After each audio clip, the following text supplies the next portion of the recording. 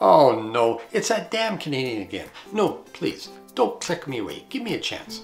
Hey, have you ever wondered what it might be like to travel the countryside with an old beaver? Well, today's your chance. And no, it's not a Canadian thing. It's our old beaver motorhome. We're going to start off in Bend, Oregon, and we're going to end up in Victoria on Vancouver Island, British Columbia, Canada. It's a beautiful trip. In between, we'll stop off at a couple of harvest hosts. We'll go across the Hood Canal, which you can see in the background. We'll take a ferry from Port Angeles in Washington State across to Victoria on the Canadian side. We'll have a blast. Come on, hop aboard.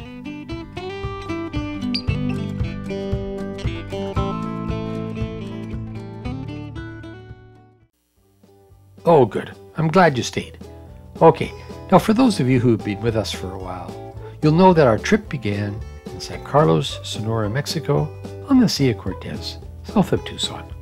But for those of you who may be joining us for the very first time, a little bit of a recap. Once we left San Carlos, we headed north, crossed the USA-Mexico border at Nogales, Arizona, where we were thoroughly checked over by both man and machine. And once across the border, we headed towards the Coachella Valley, the Palm Springs area, and headed north from there up through the Yucca Valley, where we had our infamous road race with the onion truck. Once we left the Yucca Valley, we headed towards the Sierra Nevada mountain range and our favorite highway, Highway 395. We traveled along the base of the mountains through our favorite towns of Lone Pine, Bishop, and Gardnerville. After traveling through some pretty wide open, desolate roads, as we climbed further north, we eventually made it into Bend, Oregon. And this is where our last leg of the trip begins, today in Bend, Oregon, as we leave for Victoria, British Columbia, Canada. So buckle up, let's hit the road.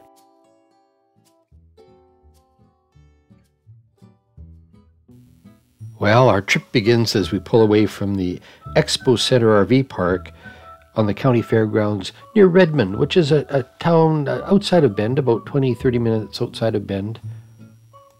This large RV park is set up primarily for people attending the exhibition grounds, horse events, county fairs, that type of thing. It's really well laid out, very clean and quiet, lots of pull-through sites with easy big rig access, full services. I think the 30 amp sites were $38 and the 50 amp sites were $42.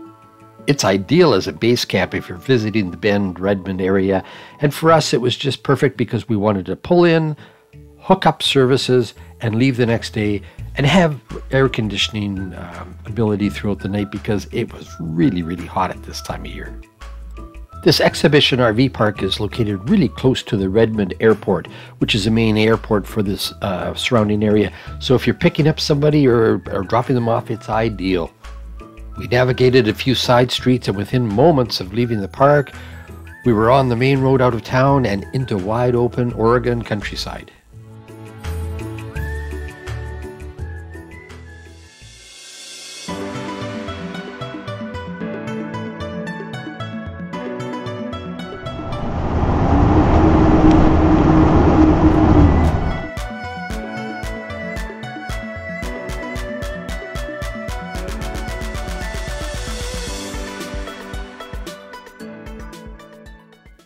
Okay, let's pull over here for a moment because I want to talk to you about something.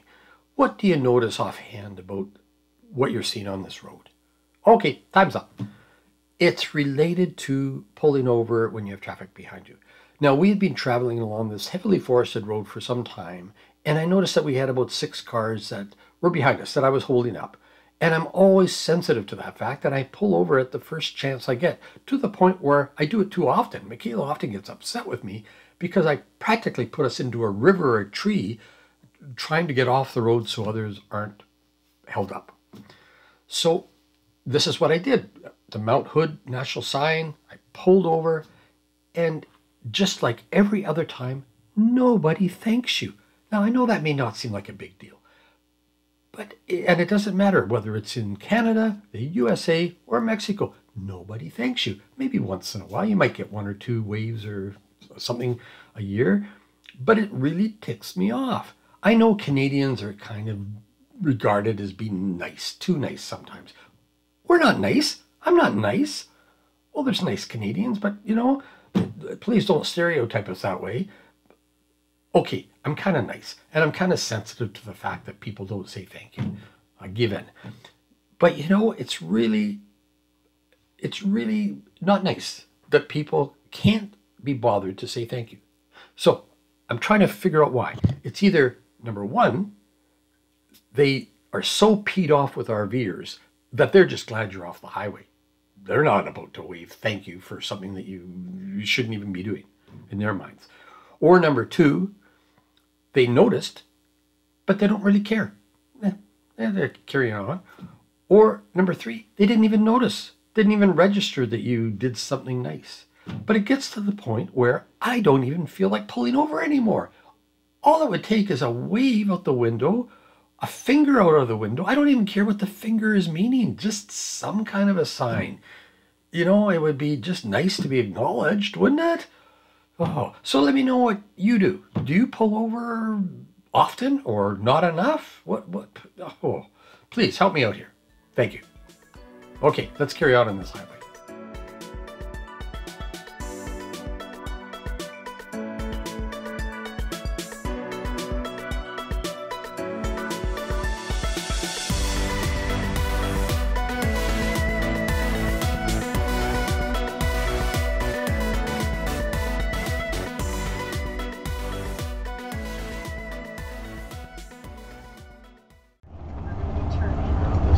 Distillery right here. Oh God, tell me that's not the driveway.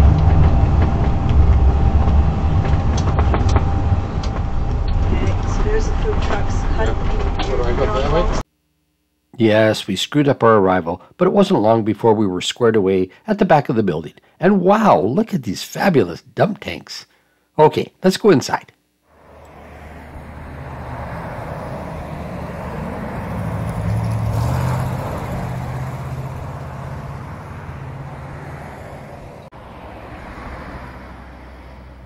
Okay, how cool is this? Where else can you get free accommodation, live next door to a distillery, and get specialized service where the hardest part of your day is deciding which spirit you like the best? We love Harvest Hosts. We ended up spending about twice what we would have spent for an RV park, but this was more fun, and this is in the spirit of Harvest Hosts. And I get it, a distillery is not the appropriate Harvest Host to stop at if you're traveling with your kids, or if you're an alcoholic. On the other hand, perhaps if Harvest Hosts had a group rate for alcoholics, I wonder. Okay, on that note, our kids are all grown, so come on, let's go find another distillery.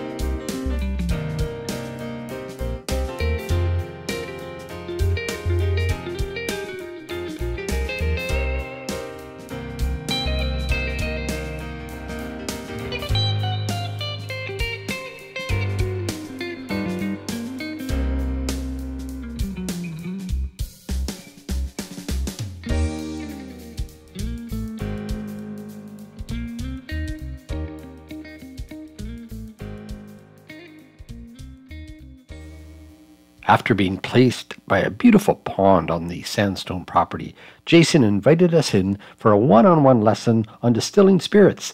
And no, come on, we're not hardcore drinkers. We're just happy Canadians who enjoy a cool G&T, gin and tonic at the end of the day. Well, in this case, whiskey, bourbon, vodka, and anything else that came out of the vats. We had a great time.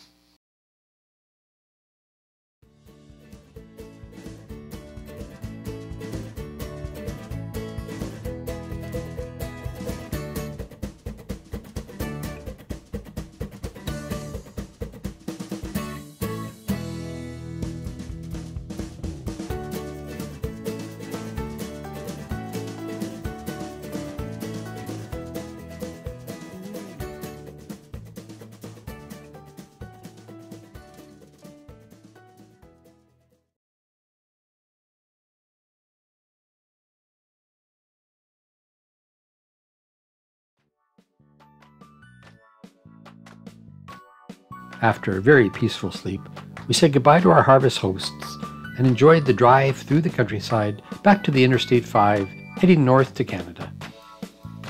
Shortly after leaving, we do what we always do. We pulled over to make sure that Lola, our tow car, was okay. And these rest stops along the Interstate 5 are perfect places to do this. This is one pro about driving the Interstate 5. There are many rest stops.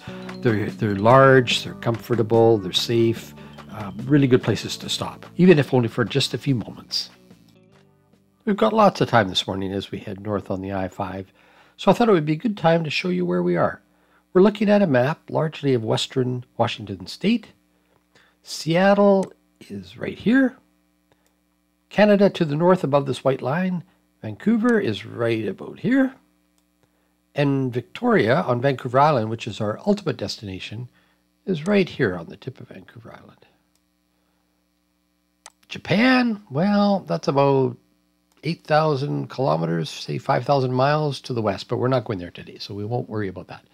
So this morning, we've left the Sandstone Distillery, as you know, because you're with us, right about here. And so far, we've come out onto the I-5 through the countryside, and we're now heading north along the Interstate 5. And as we get to Olympia, we're going to branch a little bit to the west. We're going to follow this route, and we're going to carry along the waterway, inland waterway, and we're going to loop around to a place called Poulsbo. It's beautiful. And we're going to stay a couple of nights there because we want to visit with dear friends. When we leave Poulsbo, and this will be in this video as well, we'll back out of here and we'll carry along the waterway, which is a Strait of Juan de Fuca, and we'll get to Port Angeles, and from Port Angeles we'll board a USA ferry to Victoria, and that will be the end of our trip. So for today, we just want to get from this X to this X without mishap. So buckle up, enjoy the trip, and we'll catch up with you in a few hours.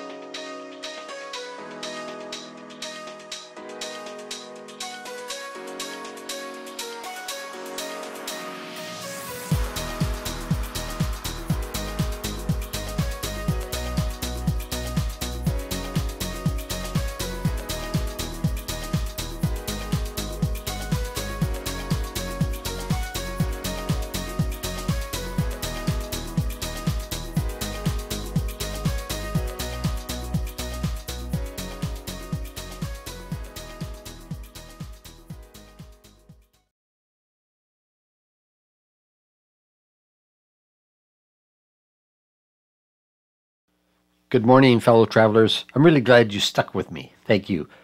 Okay, let's carry on today. And I thought the map might help us put our trip into perspective. Let's look at a few locations to pinpoint our location again. This is Seattle. And today, as you know, we're in Poulsbo, which is right here. And our trip today is going to take us north of Poulsbo along this orange line, kind of a country style road, and we're going to follow a little waterway along here past a historic site called Port Gamble, and you can see just a purple area right here. That's the Hood Canal. We'll cross over the Hood Canal and we'll follow this track along the Strait of Juan de Fuca, and we're only going as far as Squim, which is right here. We're staying overnight in Squim, not very far.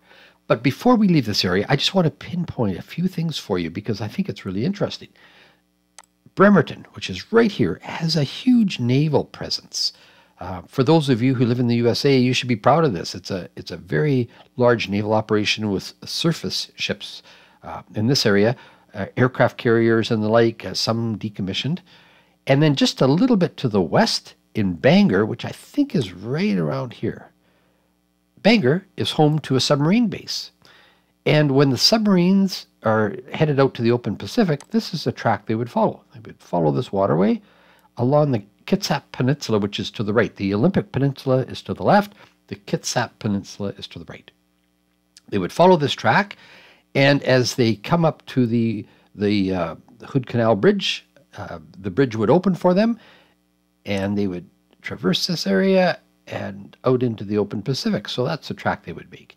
If it was a surface ship coming from Bremerton, they would just come out this way on the outskirts of Seattle, and they would join in on this track, and then they would carry along this way out into the open Pacific, being careful to stay on the USA side of the Canada-USA border, because Victoria, which is right here, is home to the Pacific Fleet for Canadian naval operations. And if you crossed over the line, we would send our ships out to chase you away. Yeah, but you're bigger and more powerful, so I think we would probably retreat. Okay, so back to our map. So for today, we're going from Poulsbo to Sequim. It's a beautiful day. The sun is out. So sit back, buckle up, and we'll talk with you in a few hours once we get to Sequim.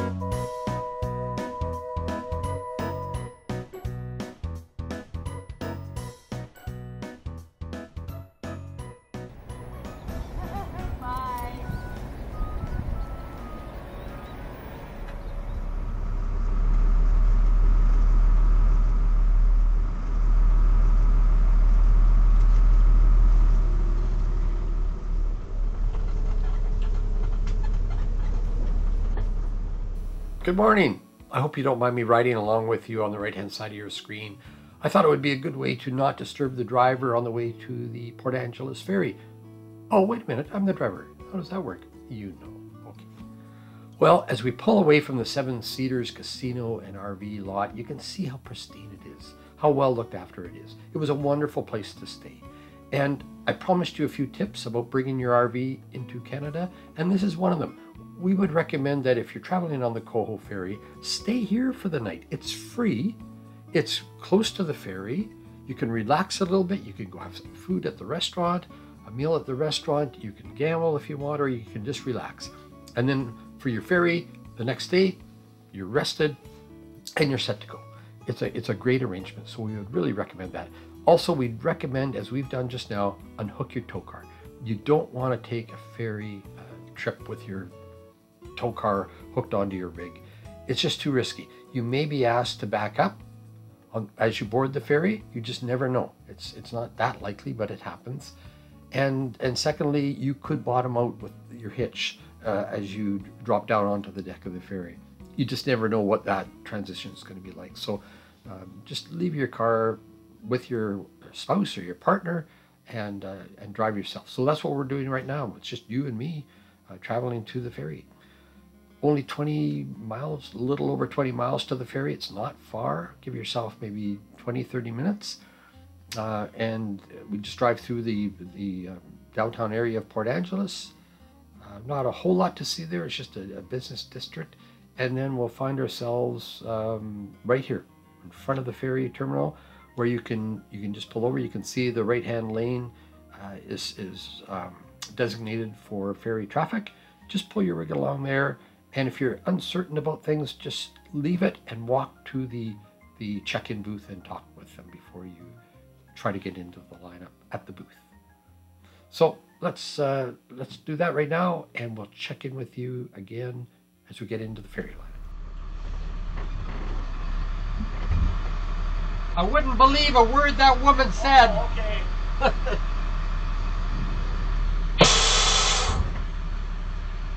How are you? Just fine, thank you. Okay, we're through. So while we're waiting to board the ferry, a few more tips about bringing your RV into Canada. As you can see, we weren't checked at all. So you're not going to be checked at the border until you get to Canada, because that's where the border is. Even, well, mind you, the border is in the middle of the Strait of Juan de Fuca that you'll cross, but you won't be examined, if at all, until you get to the Canadian side. So don't worry about that on the US side. Secondly, this ship is a really cool ship. It's old. It's 64 years old. It's owned by the Black Ball Ferry line, and that's a privately owned USA company. It's not part of the Washington State Ferry Fleet. And these guys maintain this ship immaculately. It's a great old ship. So you're perfectly safe. It's a little tight because it's an older ship. You'll see once we are inside that they really jam you in like sardines. And we'll talk a little bit more about that when we get into it. But, well, just on the side, please, when you're bringing an RV on, watch and listen to what the guys who are boarding you say to you. Don't second guess them. It's one time where you have to give control of your RV over to them, because apart from watching your mirrors a little bit, watch them. Otherwise you'll get into trouble like I did. We were heading south, and I was concerned I was going to hit a post when I was asked to back up, and you can see that the chief officer who was loading us was kind of ticked off at me, and I don't blame him. So just be careful about that. The other thing to take note of is that this ferry will cost you, in our case, we're a 30-foot motorhome and we have a small tow car. It was around $250 US one way, and that included a reservation fee, which we would recommend you do. The trip takes about 90 minutes, an hour and a half. It's really 2 hours point to point.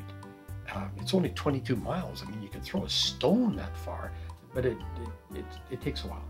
And you'll soon be on the Victoria side. So let's just get aboard the ferry, enjoy the trip, and we'll see you on the other side. Oh, sorry, I'm back again. I forgot a few things. Important.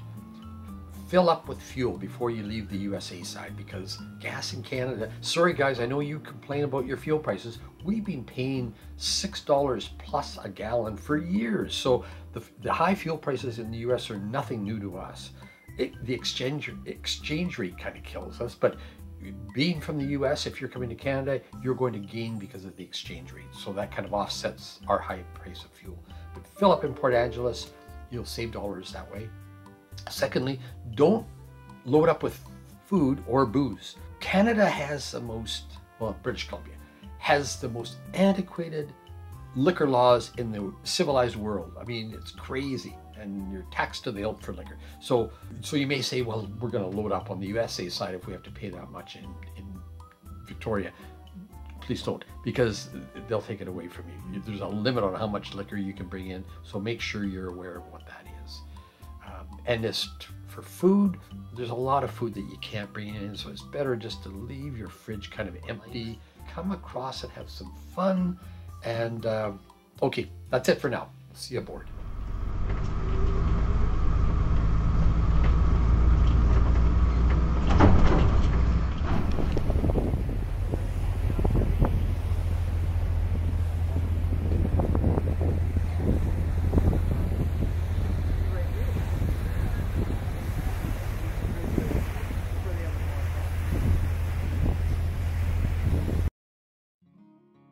It's just hitting me that we're now back on Canadian soil.